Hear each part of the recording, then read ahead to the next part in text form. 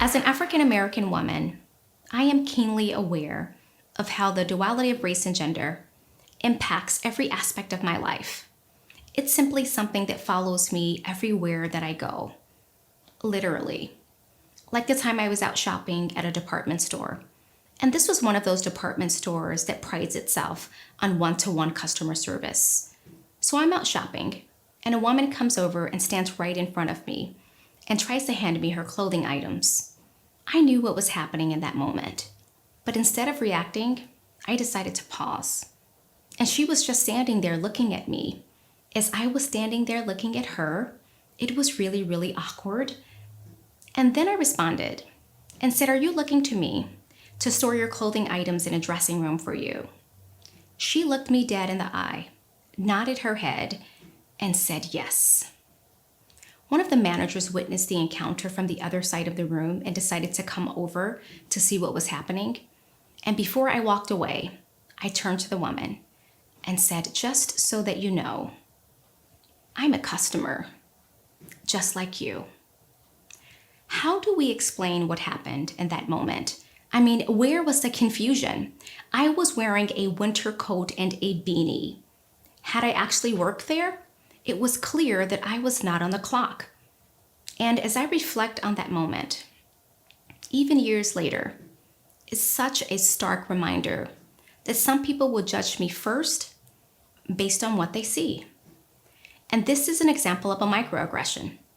Microaggressions are everyday insults, usually directed towards marginalized groups, sometimes by well-intentioned people. And this ranges from intentionally mispronouncing ethnic names to trying to be inclusive by using language that conveys colorblindness. Other times, microaggressions clearly expose ingrained prejudices. Think of all of the isms: racism, sexism, ageism, classism. These are all embedded in our systems, our structures, and our norms. And if you break those down into everyday brief interactions, you get microaggressions. And one of the most common ways that we affirm systems of oppression, sometimes without even knowing it, is through microaggressions. And that's what I want to talk to you about today. Microaggressions is a term first coined in the 1970s by Harvard psychologist Dr. Chester Pierce. And one of the most prominent researchers on the topic today is Dr. Darrell Tsu. And together, researchers have identified 3 forms of microaggressions: microassaults, which are conscious and deliberate actions. Think of it as old-fashioned racism. Micro-insults are behaviors that demean a person's racial heritage or identity. And micro-invalidations simply invalidate the feelings and experiences of people of color. I was so fascinated with this topic that I spent a year researching Black women's experiences with microaggressions. And some of them could recall extreme forms, which included name-calling and being singled out in the classroom by their peers and even their teachers, as early as kindergarten. And this type of behavior was also prevalent in their workplaces, where they were commended for sounding articulate or criticized and questioned extensively about their hair. While microaggressions are sometimes dismissed as harmless, psychologists refer to the impact over time as death by 1,000 cuts. And research has shown that if not addressed, microaggressions can lead to depression, low self-esteem, alienation, and other serious complications. And when it comes to the workplace, microaggressions can lead to employee disengagement, which is already costing corporations up to $550 billion a year in loss of workplace productivity.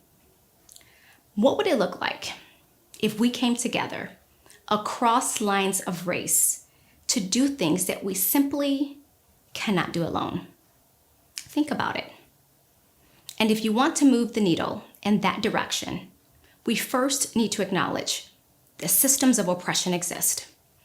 A recent study on race in America by the Pew Research Center reported that nearly 2/3 of Blacks, or approximately 65%, recalled times where people were simply suspicious of them.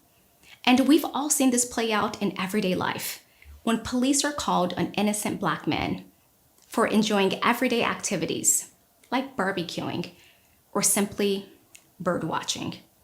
And this type of microaggression is referred to as the assumption of criminal status, which automatically presumes that a person of color is dangerous or a threat to society solely on the basis of their race.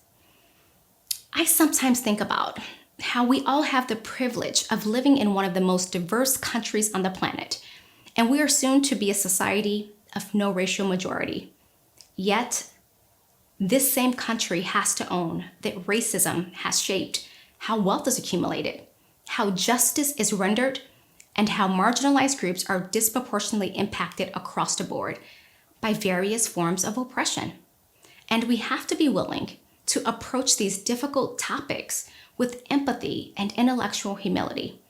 And if we do it right, then all sides will be transformed. Looking back on my own attempts to build connection through conversation, specifically conversations about race, I learned the hard way that we don't know how to have conversations about race. Instead of seeking to understand, we seek to discredit.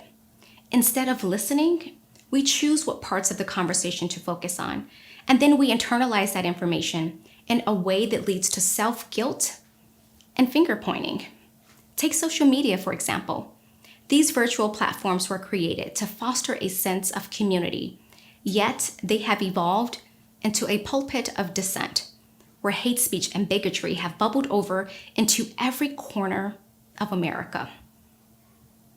What if the power of connection was the key to healing our nation's divide? At its core, connection is a psychological need that allows us to feel a sense of togetherness through shared experiences. And if we want to get started with building connection, it first starts with diversifying our circles. First, I want you to take inventory of the people that you are connected to. Does everyone look like you and think like you and vote like you? When my husband was in the Army, he reported to formation at 5:50 a.m.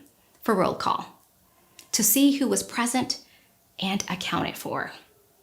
Let's pretend that it's 5:50 a.m. Take a look down your row. Who is standing next to you? Who's in your squad? And then I want you to take a look around the room and tell me who is noticeably absent. From there, I want to offer you 3 ways that you can begin to build a more diverse community. 1, look for opportunities to support and advocate for marginalized groups, which not only includes people of color, but people with disabilities and our veterans. There are lots of organizations that could use a few extra volunteers. 2, you gotta speak up. Use your voice, your power, and your privilege to help advance the work of diversity, equity, and inclusion in your communities of influence. This is work that we simply cannot do alone. And 3, learn more about the systems of oppression. And this can be done from the comfort of your own home by watching documentaries or reading books about race and privilege in America. Don't be afraid to challenge your own beliefs. And for some of you, I realize that this short list might seem intimidating.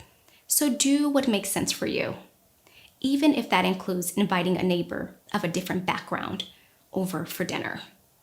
And as we build these small, meaningful connections and be more intentional about our everyday interactions, little by little, we can begin a journey to eliminating microaggressions and ultimately destroying systems of oppression. And let's be clear, the need for authentic connections does not remove the need for accountability. Instead, it invites us in and calls on us to be more courageous as we hold ourselves and each other to a higher standard. And it also allows us to not only envision a better America, but to actually participate in creating it. Thank you.